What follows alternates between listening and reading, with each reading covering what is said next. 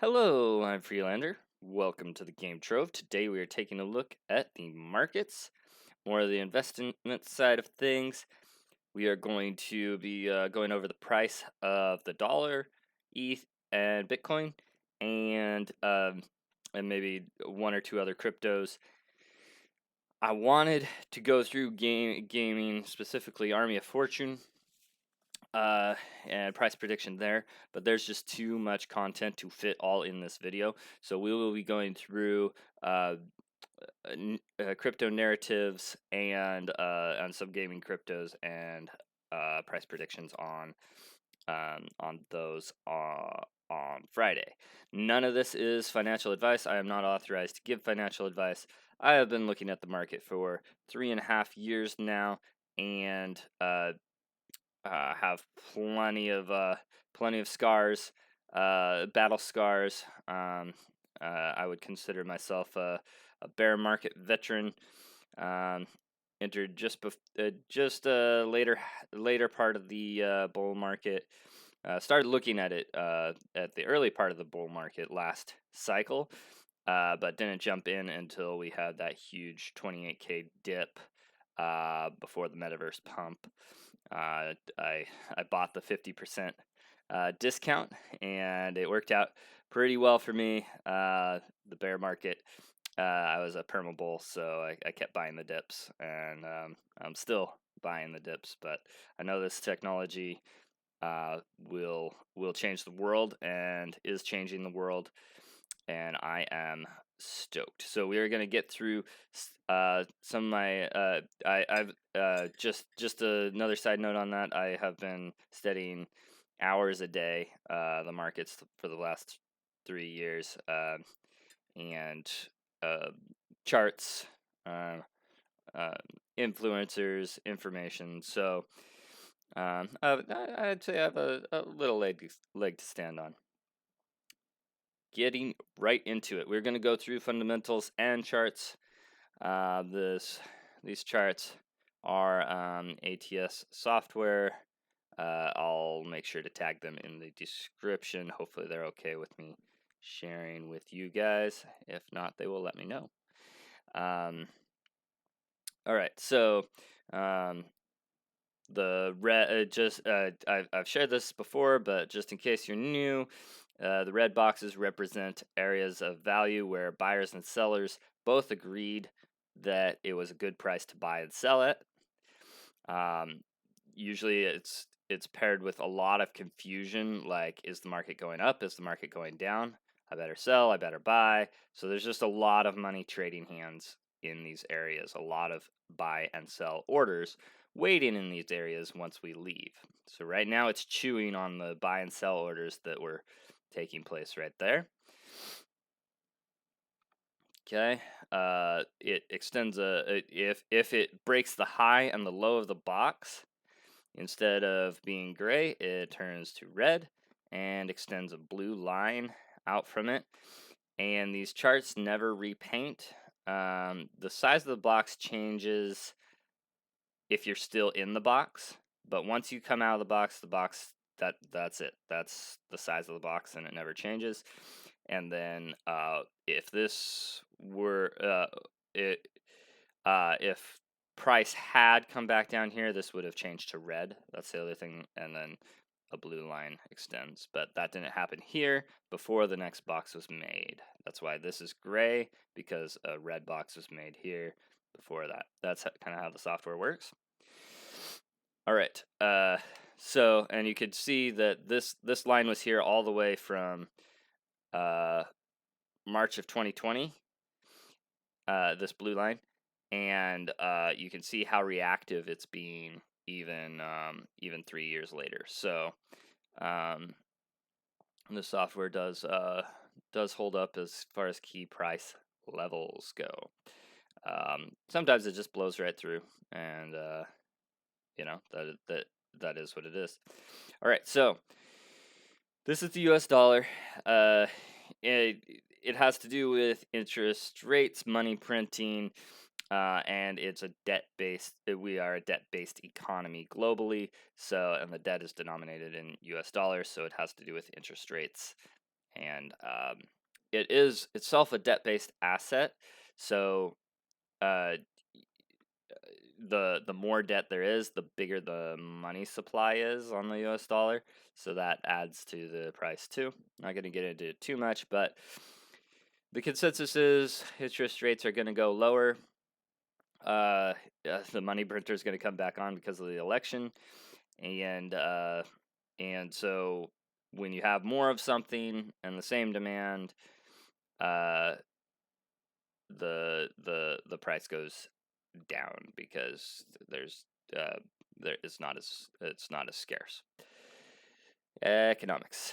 All right, so from here we have an immediate target of this. That's my most likely scenario. Okay, just in the short term. Long term, but we might chew around here for a little while, bouncing between these two blue lines. I don't think it'll take too long. This is on the monthly, by the way. So we might be bouncing here for a little bit, till spring. And then this is actually my other price target, at least for a bounce if we're going down here. So like 91. So, and then the other target, if we actually don't manage to go down right here, the other target would be way up here, which would be really bad for things like real estate and crypto and anything not the US dollar. If it went up here, it would be hard for other things to stay afloat. That move, they'd be pretty cheap, really good buying opportunity, and you would wish you had dollars to buy other things if it went up there.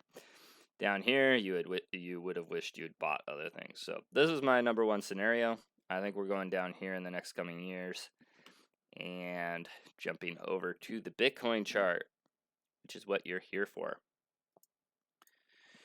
All right, so this is the monthly again. This is the risk. So I'm not going to start with the risk that I'm doing. I'm going to go down to the daily, I think. No, weekly. Sorry. Daily is just kind of chopping. Kind of slowly grinding up. We did break the high, so I guess we'll hang out here a little bit. So I'm going to do a technical analysis. Going to jump back to fundamentals in a little bit. But yeah, daily is just kind of grinding higher. The boxes are getting the areas where we have agreed on value are getting higher. And we're going down for some liquidity right here. This will shake up some short positions or long positions, get them to sell. Anyway, that's daily. Weekly is our primary interest right now, because way back here in the bull run, this is actually what got me killed during the early bear market. I thought we were going to go to all-time high right here. And then we just ended up bouncing off of this line. I'm like, yay, we're up through the line. So I spent my tax return on stuff here, and yeah, it didn't turn out well for me. But yeah, this was actually a clean rotation off of it. I just didn't wait long enough.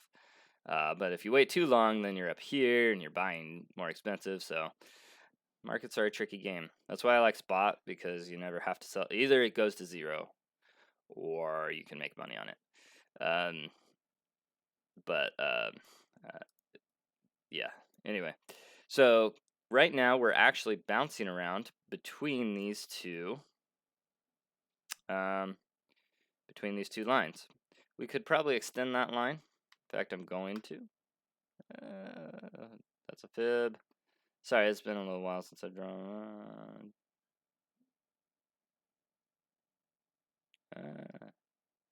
Sorry, anyway, it doesn't matter. You can kind of see it. It would be. Boy, we basically tagged it. Oh, we basically tagged it. That's epic. So right now we're bouncing back and forth between these two blue lines. This is very much consensus as far as market value for Bitcoin, as you can see. So the risk is, and we got it from the monthly chart, is 28K. That is if the bears find a reason to dump Bitcoin, or just those who have Bitcoin decide to dump the price, that's my primary target. Like major dump. This is the lowest I really see Bitcoin going. I mean, it can always go lower, but that's the risk. Is this consolidation right here ends up down here? Now, let's get into some fundamentals, because that can kind of inform us a little bit on why we think it might go where. Okay, this is all guesswork. There is very, very, very little consensus in the market right now, as far as what is going to happen. So that's why price is doing the thing it's doing.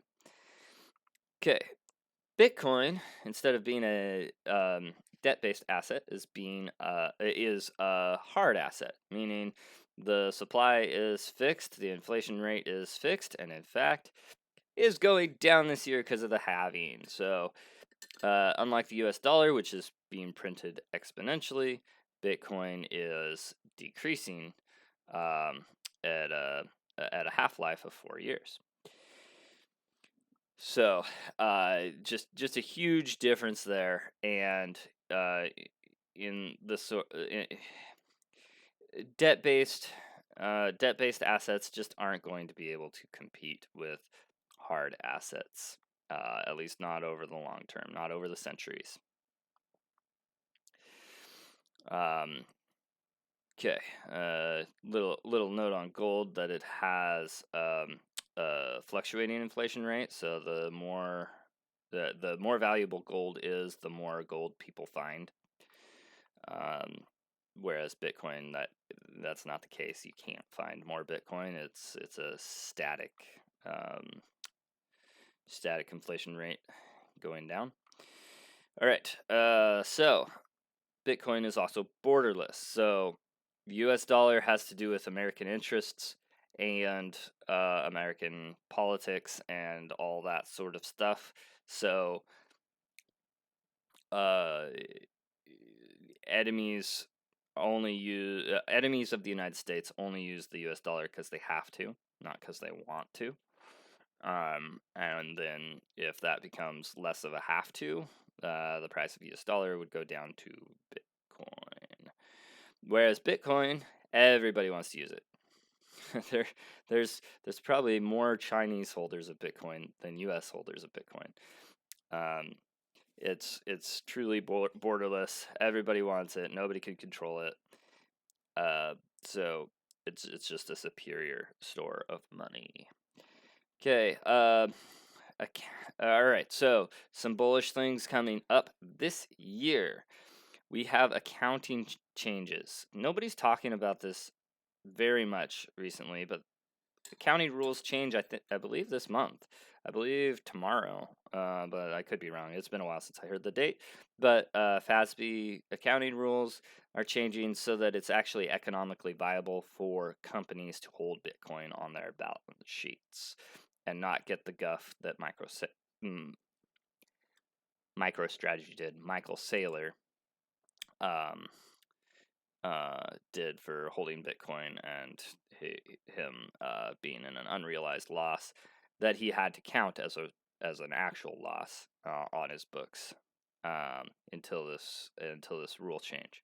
So all that to say is that chief financial officers will no longer be scared to hold Bitcoin on their balance sheets as publicly traded companies. What does that mean? That means probably more demand in the private sector.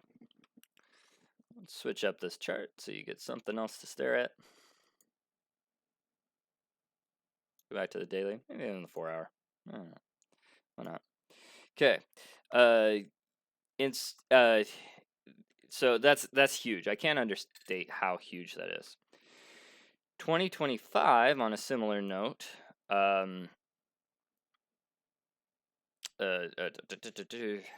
nation states will be able to officially, via rules, be able to officially hold Bitcoin on their balance sheets.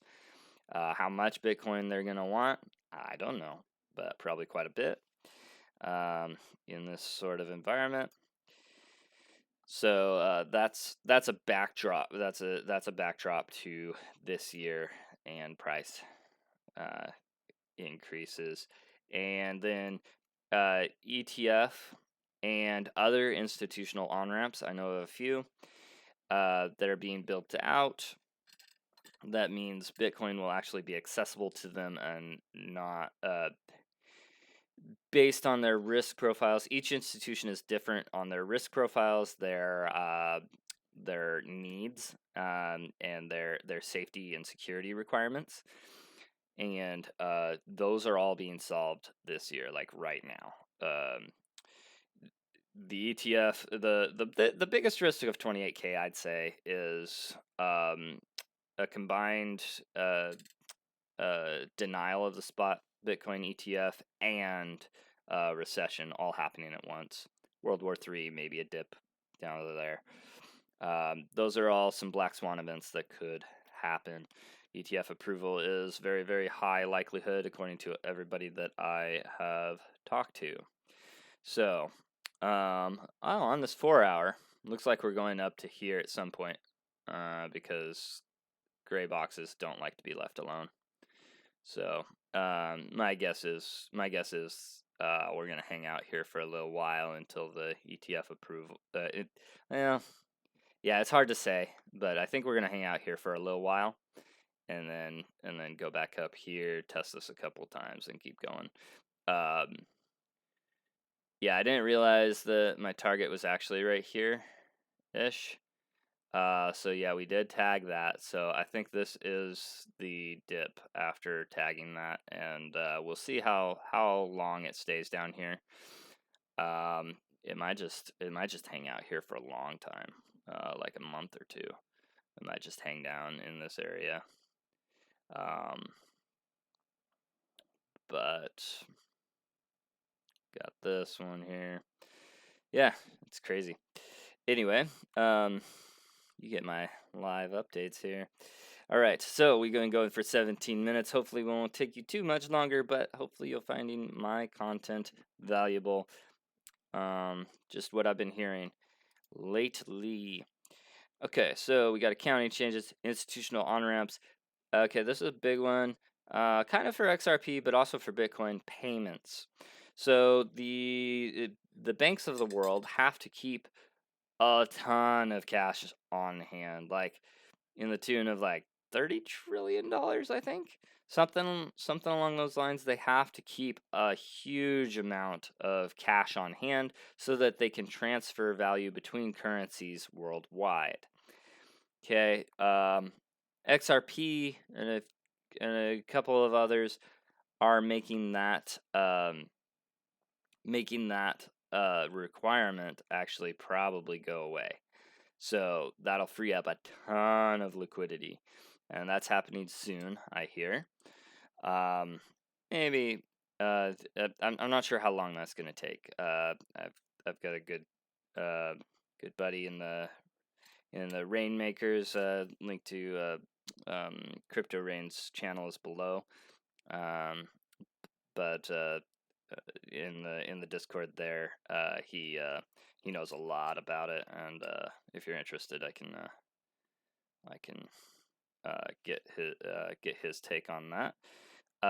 But if you think Bitcoin is slow for transactions, it's not. Okay, it's the finality of Bitcoin is something between 20 minutes and an hour, usually 20 minutes, 10 minutes, something like that.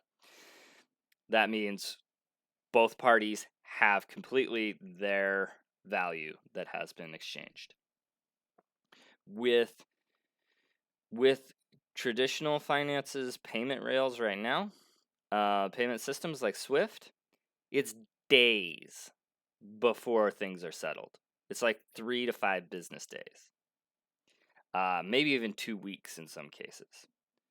Very, very slow, especially if you're transferring between currencies. It takes a long time. Now, why can you use your credit card and walk away with your items right away? Because the credit card gives certain guarantees to the company, uh, and so they're like, okay, we promise to pay this on behalf of Freelander, and if he doesn't pay it, we will make sure to charge him. He will owe us, not you, and that is how that works. Now, same with your debit card or check or whatever. Checks are very very uncommon for purchasing groceries. Usually they do them electronically to protect themselves. So Bitcoin, 20 minutes versus days. Now, of course, you want that instant, and that probably has to be a layer on top of Bitcoin. Other cryptocurrencies will be better for just paying from there, but there's also other tools that are available to pay just with crypto, and you can treat it like a debit card, a credit card, and the banks will accept it as such, or the stores. So this whole narrative of Bitcoin being slow is false. Very, very false. TradFi is the dinosaur, the slow moving dinosaur that likes to know everything about you and likes to not let you do what you want to do. Moving on. Okay, the ETF, will it be a sell the news event? I think we're already getting selling pressure from that. I think the people that are nervous that it'll be a sell the news event that would sell on the news are probably preempting that right now. The traders are probably getting out. Could this dump continue? It could. It could. I don't think it'll be very long lived, personally. And here's why. Because the institutions are going to be racing to get liquidity, all the liquidity they can. They want people to be buying the ETF. They want people to be trading it. They want activity there. So, I hear that they're trying to get this online within like 3 business days of approval. That is super quick. And then it starts trading, and there is demand. There is a lot of demand. I hear it from multiple sources, different people, different qualified people, that there is a lot of demand for BTC in the institutional world. Now, and the reason why it hasn't come in is because the financial advisors say, I don't know how to get you Bitcoin. I don't know how to responsibly do that. Whereas now, they will have an avenue to do that. So I don't think this sell-off will be long-lasting. The other thing is they really don't want this new shiny product that they're coming out with to be a flop. So I think they're more incentivized to pump the price at least a little bit or keep it stable than they are to dump it down to 28K at this point. I don't think that's the game they're playing, personally. I think they'd probably end up with more OG's crypto if they kept prices high than if they didn't, because OGs like to sell at highs, and if they just take the price higher, well, they have the Bitcoin, and the OGs have to buy after them at higher prices eventually anyway. So that's my take on that. It's my take. I'm not hearing it anywhere else, but I think the institutions would end up with more crypto if they kept prices high. They have the money to buy prices, to buy the high prices, whereas OGs, if they sell their crypto now, they might not have as much money to buy as much crypto back. That's my thinking on the matter. That's my game theory. The Jim Cramer thing, it's like, are you really going to use the same trick that many times in a row, especially when everybody's been talking about it all year, the reverse Jim Cramer. I don't think they're using that trick. They might even be putting them up to it to get us to sell our crypto. I'm not selling. I'm using Bumper for part of my portfolio on wrapped ETH. I have it to the 20th just because I want to use the protocol for one thing. For another thing, I want to. I just kind of want to skip some of the volatility. There's some things I might want to buy in Army of Fortune that that I wanted to preserve capital for, but I didn't want to be out of the market. I wanted my ETH, so I have that on Arbitrum on the Bumper platform till the 20th, and we'll see where prices are then. But yeah, so now we get into what happens. I do think crypto people are going to sell a little bit of Bitcoin. That's probably already happening. I think they're gonna. I think it's probably gonna roll into ETH. Honestly, ETH and because then the ETH ETF narrative will probably take over, and that has yield. Institutions love yield.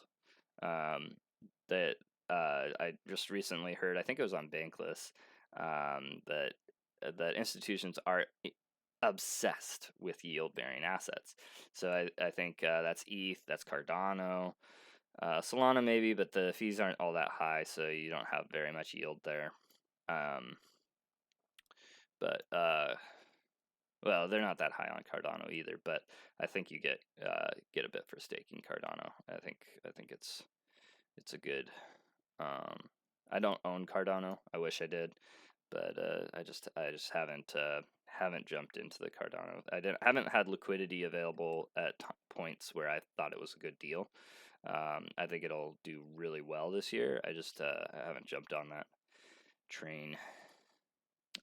Fundamentally, it's one of my favorites because I believe it's the most decentralized and has the most has really good speed potential and access for a lot of people. But anyway, so let's see how he's doing. Whoa!